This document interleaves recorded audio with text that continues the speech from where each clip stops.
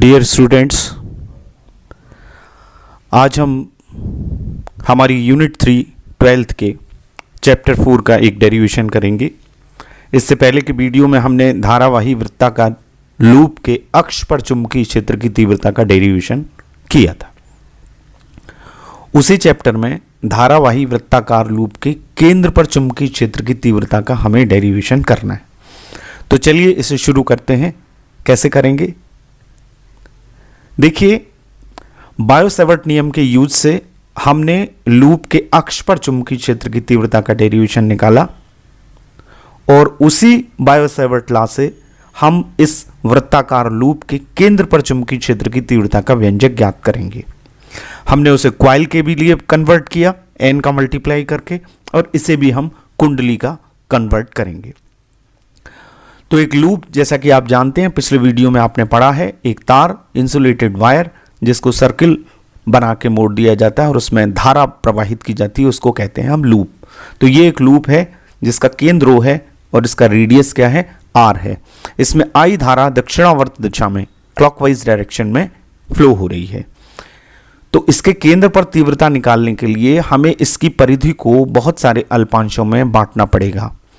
तो हमने कई अल्पांशों में इसको बांटा। इसका एक अल्पांश यानी करंट एलिमेंट AB है जिसकी लेंथ dl है। एक्चुअली में करंट एलिमेंट का जो डायरेक्शन होता है ये वेक्टर dl है और इसका डायरेक्शन धारा की दिशा में होता है।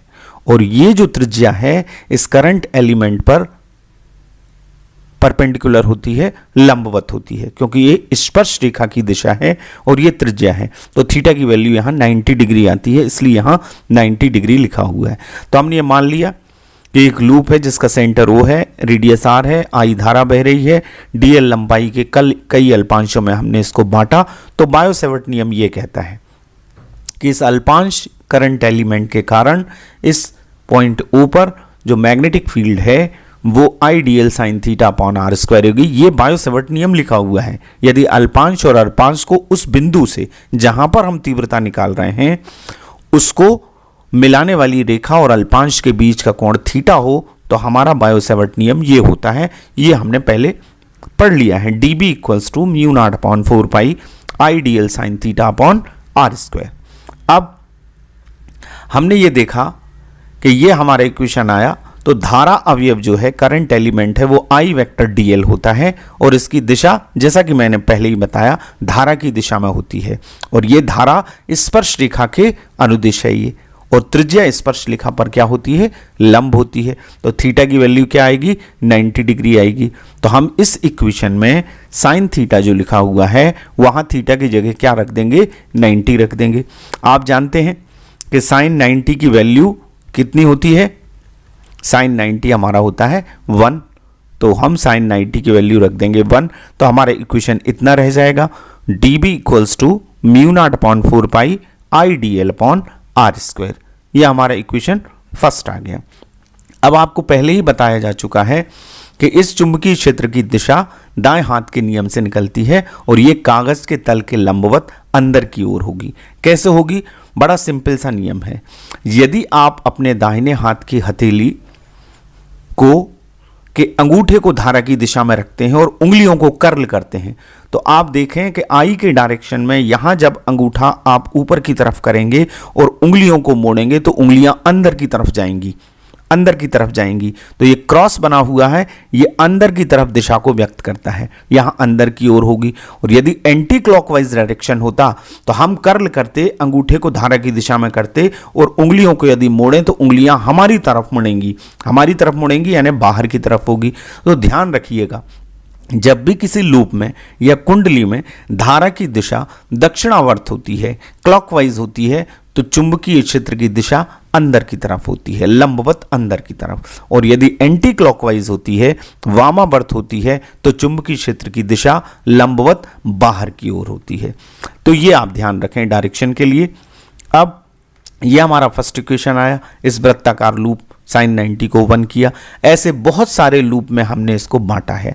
तो सारे लूप बहुत सारे अल्पांशों में हमने बांटा है, करंट एलिमेंट्स में बांटा है। तो इस केंद्र पर इस पूरे लूप के कारण हम तीव्रता निकालेंगे तो उसका क्या कर देंगे, समाकलन कर देंगे। dB तो एक अल्पांश से आई, तो हम पूरे अल्पांशों को जोड़ेंगे, जोड़ने का मतलब समाकलन करना। इस dB की वैल्यू अब इस इक्वेशन 2 में हम रख देंगे। तो समीकरण 1 और 2 से हमारा हो जाएगा integration mu naught upon 4 pi I D L upon R square. यहां तक आपको समझ में आ गया। अब इसमें से जो कांस्टेंट राशियां हैं वो इंटीग्रेशन से बाहर आ जाएंगी, यानी म्यू नॉट अपॉन 4 पाई कांस्टेंट है 10 टू द पावर -7, आई धारा कांस्टेंट बह रही है, आर स्क्वायर इसकी रेडियस कांस्टेंट है, ये बाहर आ गया। यानी इंटीग्रेशन के अंदर केवल लंबाई रहेगी, डीएल रहेगा। अब इंटीग्रेशन डीएल का मतलब इस पूरे लूप की पूरी लंबाई, और आप जानते हैं ये सर्किल है, तो सर्किल की परिधि, वृत्त की परिधि होती है 2 पाई आर। तो इंटीग्रेशन ऑफ डीएल आएगा 2 पाई आर। तो यहां हमारा इक्वेशन में क्या आ जाएगा, 2 पाई आर। तो ये इक्वेशन हो गया, इक्वेशन नंबर 3 बदल के हो गया mu naught upon 4 pi I upon R square into 2 pi R. अब इस आर से इस आर स्क्वायर का एक आर कैंसिल होगा, तो हमारे पास जो इक्वेशन आएगा वो ये आएगा, mu naught upon 4 pi 2 pi upon R. Tesla इसका यूनिट है। आप इसकी जगह वेबर पर मीटर स्क्वायर भी लिख सकते हैं, newton upon ampere into metre भी लिख सकते हैं। तो ये आई लूप से। इसको दूसरे तरीके से भी कर सकते हैं कि आप पाई से पाई को काट दें, हम उसे भी देखते हैं। तो ये हमारा इक्वेशन हुआ लूप के कारण। अब हम क्या करेंगे, ये हमारा इक्वेशन आया, इसको हम क्या करेंगे, दूसरे तरीके से भी लिख सकते हैं। दोनों इक्वेशन लूप के हैं। क्या करेंगे, इस पाई से इस पाई को क्या कर देंगे, कैंसिल कर देंगे, और ये 2 से ये 4 कैंसिल होगा तो 2 टाइम्स होगा। तो हमारे पास क्या आ जाएगा, b equals to mu naught I upon R, और ये नीचे 2 बचा 2r। तो ये दोनों इक्वेशन काय के हैं, लूप के कारण केंद्र O पर चुंबकीय क्षेत्र की तीव्रता फ्रॉम बायो-सैवर्ट लॉ। अब यदि हमें इसमें n फेरों हो, क्वाइल हो, यदि लूप के स्थान पर n फेरे की कुंडली है, कैपिटल N फेरे की, तो यहां पर क्या करेंगे, n का कर देंगे मल्टीप्लाई। तो पहले इक्वेशन को हम लिख सकते हैं mu naught upon 4 pi 2 pi N I upon R. ये पहले इक्वेशन का है। तो ये कुंडली के केंद्र पर चुंबकीय क्षेत्र की तीव्रता का सूत्र हो गया।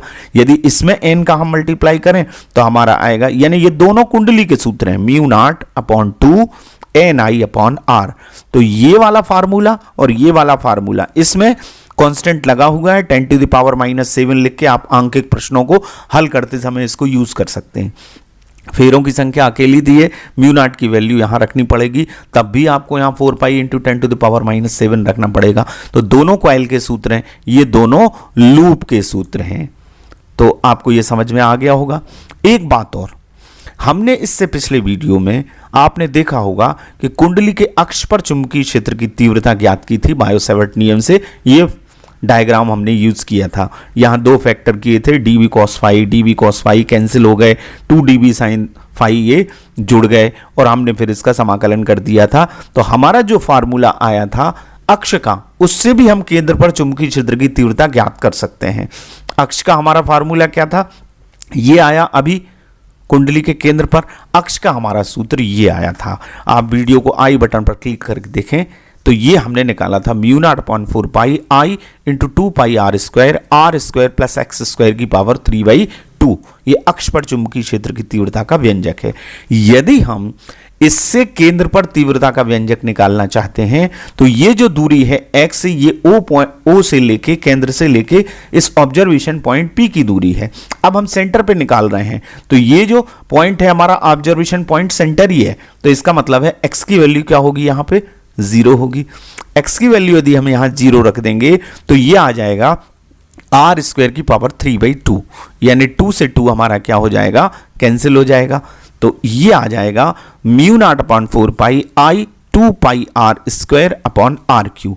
अब आर स्क्वायर से इस आर क्यू को कैंसिल करेंगे तो केवल आर बचेगा, यानी 2 पाई आई अपॉन आर। हमारा इक्वेशन क्या आ जाएगा, mu naught upon 4 pi 2 pi I upon R. यहां देखें, यही आया था हमारा जो हमने डेरिवेशन किया, फुल डेरिवेशन, यहाँ स्मॉल आर है, यहाँ कैपिटल आर है। इसका कारण ये है कि यहाँ हमने रेडियस को क्या माना है, कैपिटल आर माना है। इक्वेशन वही है। तो आपने देखा कि आप अक्ष के फार्मूले में x की वैल्यू 0 रख के आप वही केंद्र के पर तीव्रता के सूत्र को ज्ञात कर सकते हैं। तो दोनों तरीके से आपने देख लिया, और वही सूत्र जो μ0/4 तो इस तरह से आपको ये ध्यान रखना है, ये दोनों फार्मूले काहे के हैं, लूप के कारण। यहां n नहीं है ना, लूप के कारण, लूप में यदि धारा बह रही है तो लूप के केंद्र पर चुंबकीय क्षेत्र की तीव्रता μ0/4 2πr या μ0I/2r। और ये किसका है, कॉइल का है, जिसमें हमने n का मल्टीप्लाई कर दिया है इसमें, और कॉइल के भी इस तरह से 2 हो जाएंगे। तो ये दोनों कॉइल का निकालेंगे, कुंडली का निकालेंगे तो n का मल्टीप्लाई कर देंगे। तो इस तरह से आपने आज देखा कि कुंडली के या लूप के केंद्र पर चुंबकीय क्षेत्र की तीव्रता का डेरिवेशन हम किस तरह से निकालते हैं। ये बहुत महत्वपूर्ण है, आप इसे जरूर करिएगा। आशा है कि आपको समझ में आया होगा, और यदि समझ में आया है तो मेरे चैनल को लाइक करिए और सब्सक्राइब करिए। Thank you very much.